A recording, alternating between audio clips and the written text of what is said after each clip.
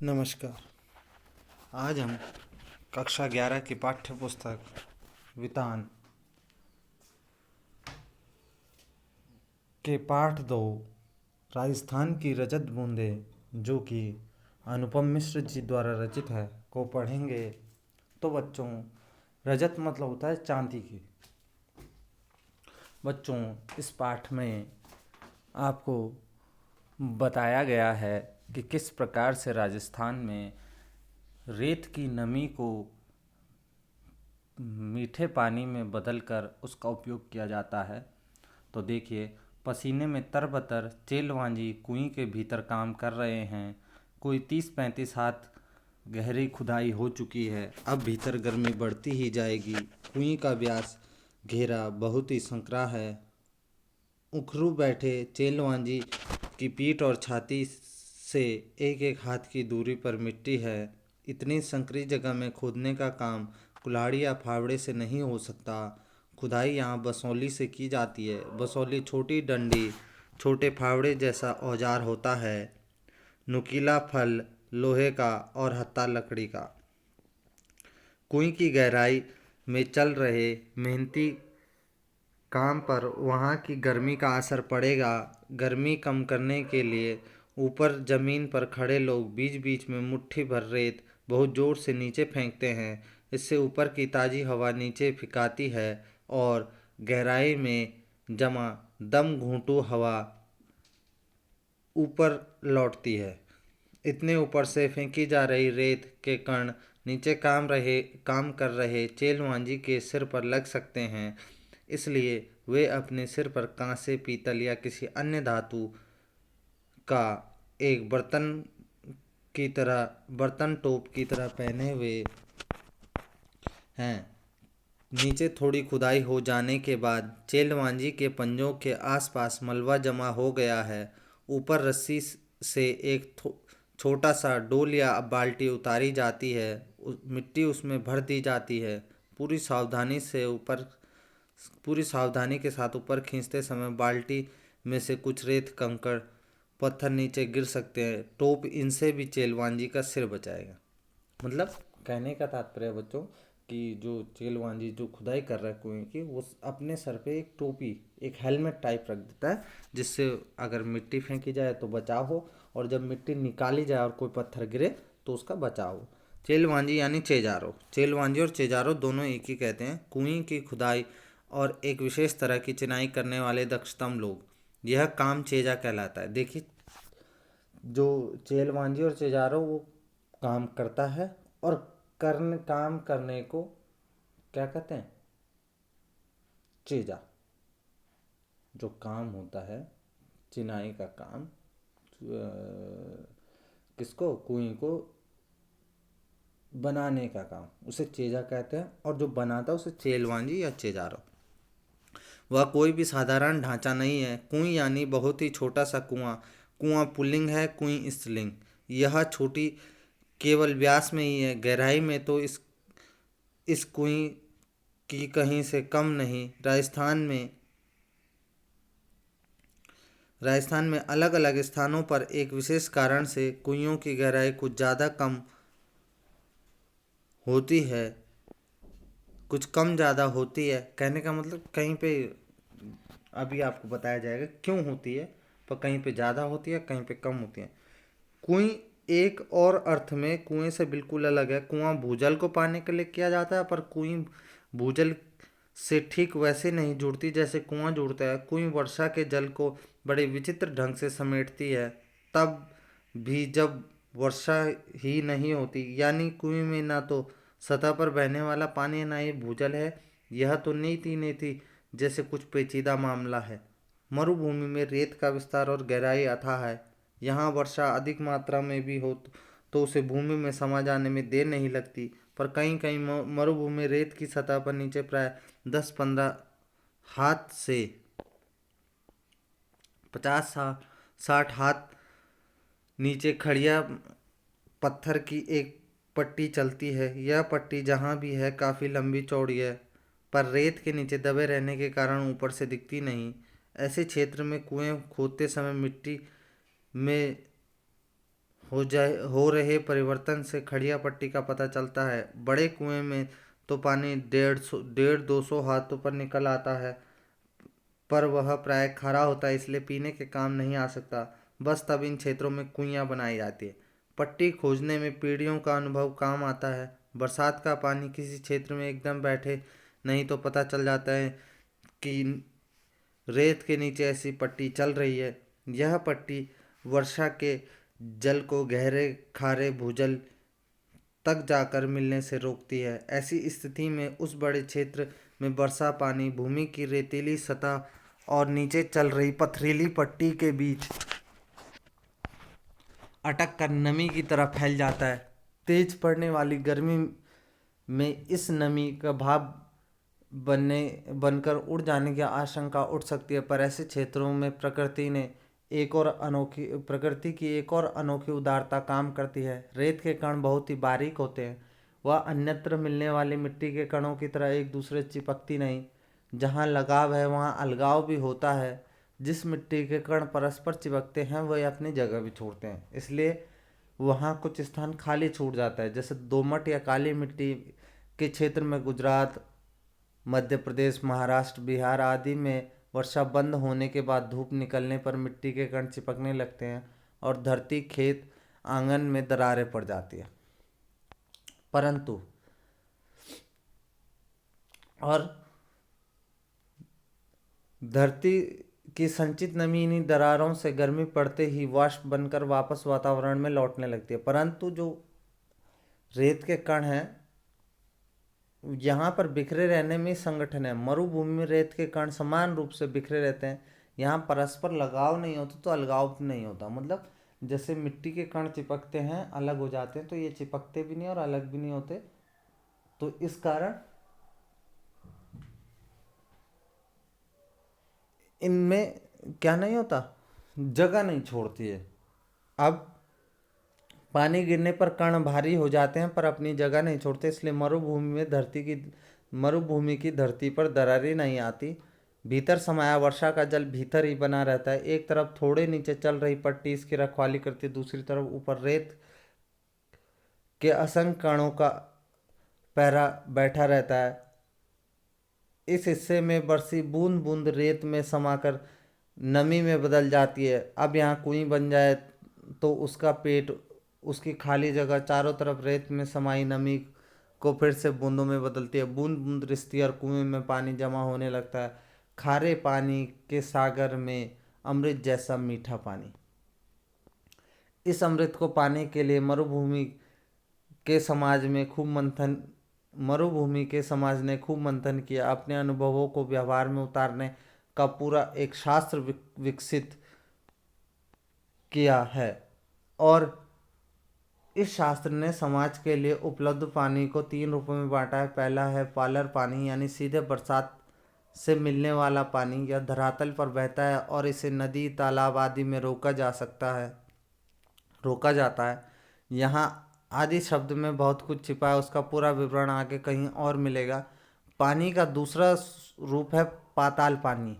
यह वह पानी है जो भूजल है, कुओं में और जो कुओं से निकाला जाता है। देखिए, पहला पालर पानी मतलब जो बारिश से सीधा गिरता है वो पालर पानी। पाताल पानी जो नीचे है, जमीन के नीचे, सीधा खड़िया पट्टी के नीचे।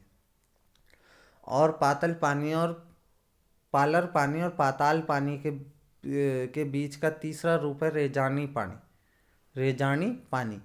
धरातल से नीचे उतरा लेकिन पाताल में न मिल पाया पानी रेजानी है। वर्षा की मात्रा नापने में भी इंच या सेंटीमीटर नहीं बल्कि रेजा शब्द का उपयोग होता है और रेजा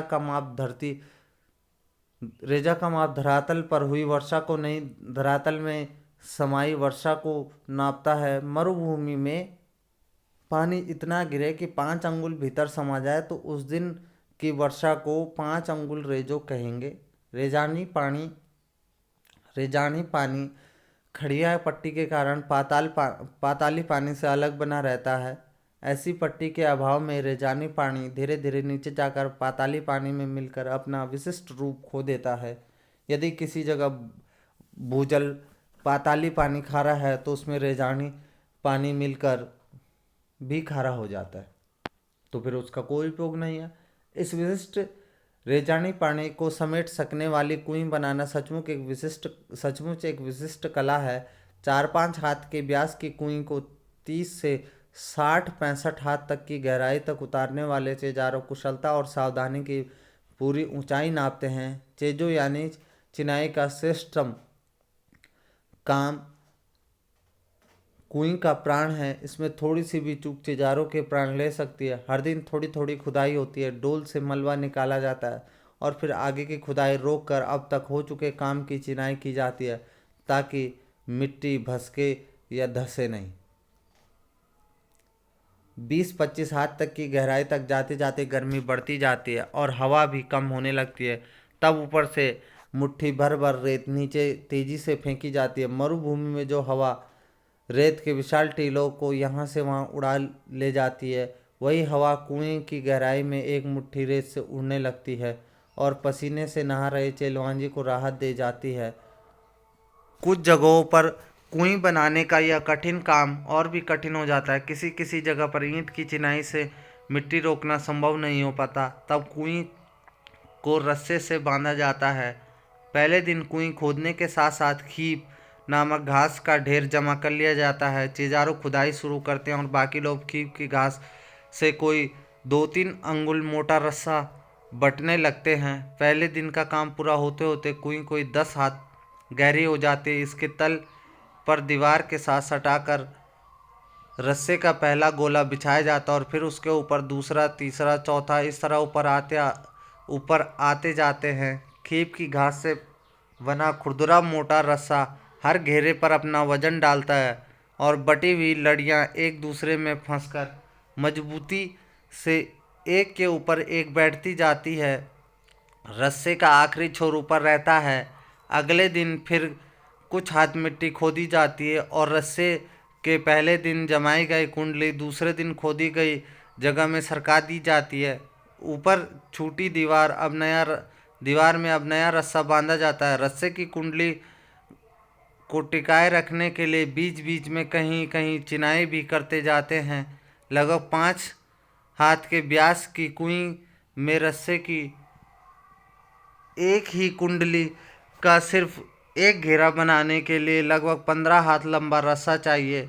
1 हाथ गहराई में रस्से के 8-10 लपेटे खप जाते हैं और इतने में ही रस्से की कुल लंबाई 150 हाथ हो जाती है। यदि 30 हाथ गहरी कुएं की मिट्टी को थामने के लिए रस्सा बांधना पड़े तो रस्से की लंबाई 4000 हाथ के आसपास बैठती है। नए लोगों को यह समझ में नहीं आएगा कि यहाँ कुएं खुद रही है या रस्सा बन रहा है। कहीं कहीं तो ज़्यादा पत्थर मिलता है न खींप ही, लेकिन रेजानी पानी है तो वहाँ भी कुइयाँ जरूर बनती है। ऐसी जगहों पर भीतर की चिनाई लकड़ी के लंबे लट्ठों से की जाती है। लट्ठे अरणी, बण, बावल या कुम्बट के पेड़ों की डंगालों से बनाए जाते हैं। इस काम के लिए सबसे उम्दा लकड़ी अरणी की है, पर उम्दा या मध्यम दर्जे की लकड़ी न मिल पाए तो आग से भी काम लिया जाता है। लट्ठे के नीचे से ऊपर की ओर एक दूसरे में फंसाकर सीधे खड़े किए जाते हैं। फिर इन्हें खींप की रस्सी से बांधा जाता है। कहीं कहीं चक की रस्सी भी काम लाते हैं। यह बंधाई भी कुंडली का आकार ले लेती है, इसलिए इसे सांपणी भी कहते हैं। नीचे की खुदाई और चिनाई का काम कर रहे चेलवांजी को मिट्टी की खूब फर्क रहती है। खड़िया पत्थर की पट्टी आते ही सारा काम रुक जाता है। इसी क्षण नीचे धार लग जाती है और चिजारो ऊपर आ जाते हैं। कुई की सफलता यानी सजलता का उत्सव का अवसर बन जाती है। यूं तो पहले दिन से काम करने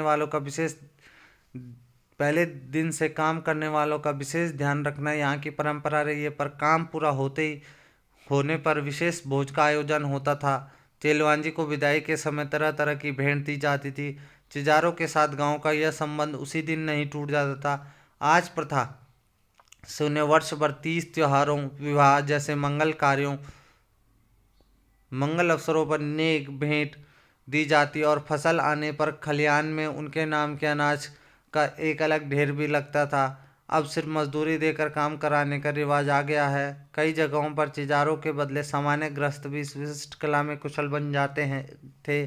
जैसलमेर के अनेक गांवों में पालीवाल ब्राह्मणों और मेघवालों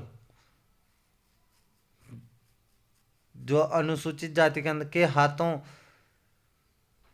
से 100-200 बरस पहले बनी पार या कुइयां आज भी बिना थके पानी जुटा रही है। कुएं का मुंह छोटा रखने के 3 बड़े कारण हैं। रेत में जमा नमी से पानी की बूंद बहुत धीरे धीरे रसती है।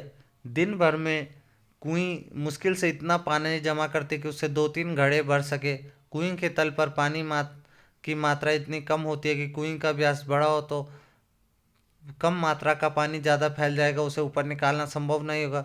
छोटे व्यास की कुएं में धीरे धीरे रिस कर आ रहा पानी 2-4 हाथ की ऊंचाई ले लेता है। कई जगहों पर कुएं से पानी निकालते समय छोटी बाल्टी के बदले छोटी चड़स का उपयोग भी किया जाता है, पर मोटे कपड़े या चमड़े की चड़स के मुंह पर लोहे का वजनी कड़ा बंधा होता है। चड़स पानी से टकराता है, ऊपर का वजनी भाग नीचे के भाग पर गिरता है और इस तरह कम मात्रा में भी पानी में ठीक से डूब जाता है। भर जाने के बाद ऊपर उठते ही चड़स अपना पूरा आकार ले लेता है। पिछले दौर में ऐसे कुछ गांवों के आसपास की सड़कें निकली हैं, ट्रक दौड़े हैं, ट्रकों की फटी ट्यूब से भी छोटी चड़सी बनने लगी है। कुएं के व्यास का संबंध इन क्षेत्रों में पड़ने वाली तेज गर्मी से है। व्यास बड़ा हो तो कुएं के भीतर का पानी फैल जाएगा। बड़ा व्यास पानी को भाप बनाकर उड़ने से रोक नहीं पाएगा और कुएं को उसके पानी को साफ रखने के लिए उसे ढक कर रखना जरूरी है। छोटे मुंह को ढकना सरल होता है। हर एक कुएं पर लकड़ी के बने ढक्कन ढके मिलेंगे। कहीं कहीं खस की टट्टी की तरह घास फूस या छोटी छोटी टहनियों से बने ढक्कनों का भी उपयोग किया जाता है। जहां नई सड़कें निकलती है और इस तरह नए और अपरिचित लोगों की आवक जावक बढ़ गई है, वहां अमृत जैसे इस मीठे पानी की सुरक्षा भी तो करनी पड़ती है। इन इलाकों में कई कुइयों के ढक्कनों पर छोटे छोटे ताले लगने लगे हैं। ताले कुएं के ऊपर पानी खींचने के लिए लगी घिरनी या चरखी पर लगाए जाते हैं। कुएं गहरी बने तो पानी खींचने की सुविधा के लिए उसके ऊपर घिरनी या चक्री लगाई जाती है। यह गरेड़ी, चरखी या फरेड़ी भी कहलाती है। फरेड़ी लोहे की 2 भुजाओं पर भी लगती है, लेकिन प्राय यह गुलेल के आकार के एक मजबूत तने को काटकर उसमें आर पार छेद बनाकर लगाई जाती है। इसे ओड़ाक कहते हैं। ओड़ाक और चरखी के बिना इतनी गहरी और संकरी कुएं से पानी निकालना बहुत ही कठिन काम बन सकता है। ओड़ाक और चरखी चड़सी को यहाँ वहाँ बिना टकराए सीधे ऊपर तक लाती है। पानी बीच में छलक कर गिरता नहीं। वजन खींचने पर इसमें सुविधा रहती है। खड़िया पत्थर की पट्टी एक बड़े भाग से गुजरती है, इसलिए उस पूरे हिस्से में एक के बाद एक कुएं बनती जाती है। ऐसे क्षेत्र में एक बड़े साफ सुथरे मैदान में 30-40 कुइयाँ भी मिल जाती है। हर घर की एक कुएं, परिवार बड़ा हो तो एक से अधिक भी। निजी और सार्वजनिक संपत्ति का विभाजन करने वाली एक मोटी रेखा कुएं के मामले में बड़े विचित्र ढंग से मिट जाती है। हर एक की अपनी अपनी कुएं है, उसे बनाने और उससे पानी लेने का हक उसका अपना हक है। लेकिन कुएं जिस क्षेत्र में बनती है वह गांव समाज की सार्वजनिक जमीन है। उस जगह पर बरसने वाला पानी बाद में वर्ष भर नमी की तरह सुरक्षित रहेगा और इसी नमी से साल भर कुएं में पानी भरेगा। नमी की मात्रा वहाँ की हो चुकी वर्षा से तय हो गई है।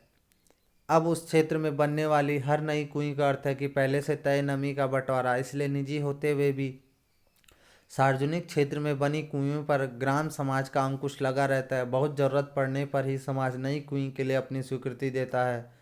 हर दिन सोने का एक अंडा देने वाली मुर्गी भी चिर परिचित कहानी को जमीन पर उतारती है। कुएं इससे दिन भर में बस 2-3 घड़ा मीठा पानी निकाला जा सकता है। इसलिए प्राय पूरा गांव गोधूली बेला में कुइयों पर आता है। तब मेला सा लग जाता है। गांव से सटे मैदान में 30-40 कुइयों पर एक साथ घूमती घिरनियों का सर, गोचर से लौट रहे पशुओं की घंटी और रमाने की आवाज़ में समा जाता है। 2-3 घड़े भर जाने पर डोल और रस्सियां समेट ली जाती है, कुएं के ढक्कन वापस बंद हो जाते हैं। रात भर और अगले दिन भर कुइयाँ आराम करेंगी।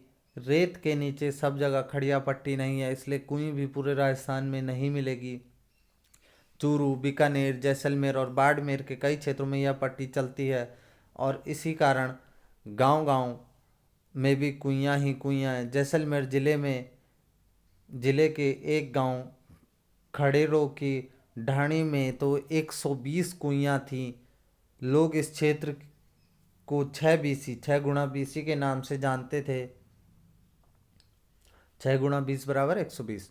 कहीं कहीं इन्हें पार भी कहते हैं। जैसलमेर तथा बाड़मेर के कई गांव पार के कारण आबाद हैं, इसलिए उन गांवों के नाम पर भी पार है, जैसे जानरे आलो पार और सिरगू आलो पार। अलग अलग जगहों पर खड़िया पट्टी के भी अलग अलग नाम हैं। कहीं यह चारोली है, कहीं यहाँ ढाढ़ड़ो, कहीं यहाँ धड़धड़ो, कहीं पर बिट्टू रो बिल्लियों के नाम से भी जानी जाती है, तो कहीं इस पट्टी का नाम केवल खड़ी है। और इस खड़ी के बल पर खारे पानी के बीच मीठा पानी देती रहती है कुई। तो बच्चों, आज हमने कुई के बारे में पढ़ा। कुई जो है राजस्थान में रेत में बनाई जाती है, जो कि रेत की नमी को इकट्ठा करके अपने अंदर समा लेती है और एक मीठे पानी का रूप देती है। रेत में जब बारिश पड़ती है तो बारिश उसमें समा जाती है, और कुई बनी हो तो कुई से धीरे धीरे पानी रिसकर उसमें जमा होता है और वही क्या है, मीठे पानी का रूप ले लेता है। इस प्रकार कुई बनाई जाती है। कुई बनाने का काम चेलवांजी करता है। ठीक है बच्चों, चेलवांजी या चेजार। और चेजा जो होता है कुई को चिनने का काम, मतलब उसको बनाने का काम चेजा कहलाता है। तो धन्यवाद बच्चों।